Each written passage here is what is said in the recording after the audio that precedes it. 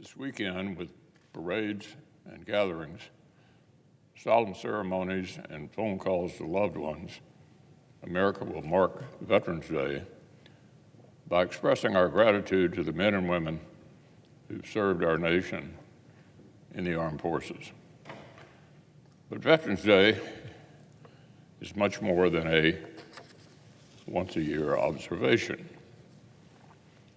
It's a reminder of our daily obligation to honor their service, uphold our promises to care for them when they come home, and do everything we can to equip those defending our nation today and tomorrow for success. So today I'm reminded of some letters I've saved in my archives. They're letters my father sent home to my mother from his own service in Patton's Army in 1945.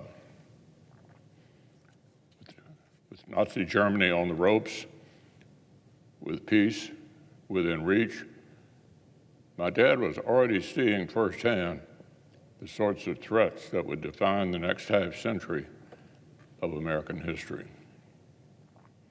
In the parts of his letters that made it past Army censors, he told us how the Russians were going to be a big problem.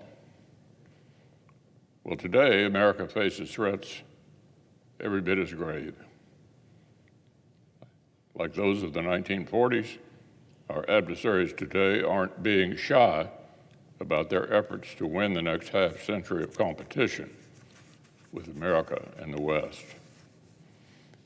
As one recent analysis summed it up, Russia, China, and Iran are working to end the world order that has prevailed for 3 generations under American leadership.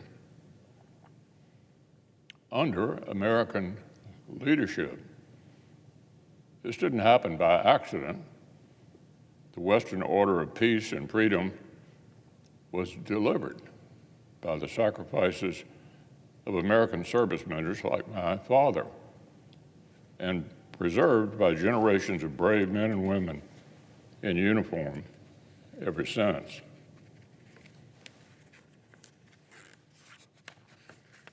So right now, we have an obligation to those service members, to our allies, and to the American people to behave like the world-leading power we actually are. We have a duty to invest seriously in American strength.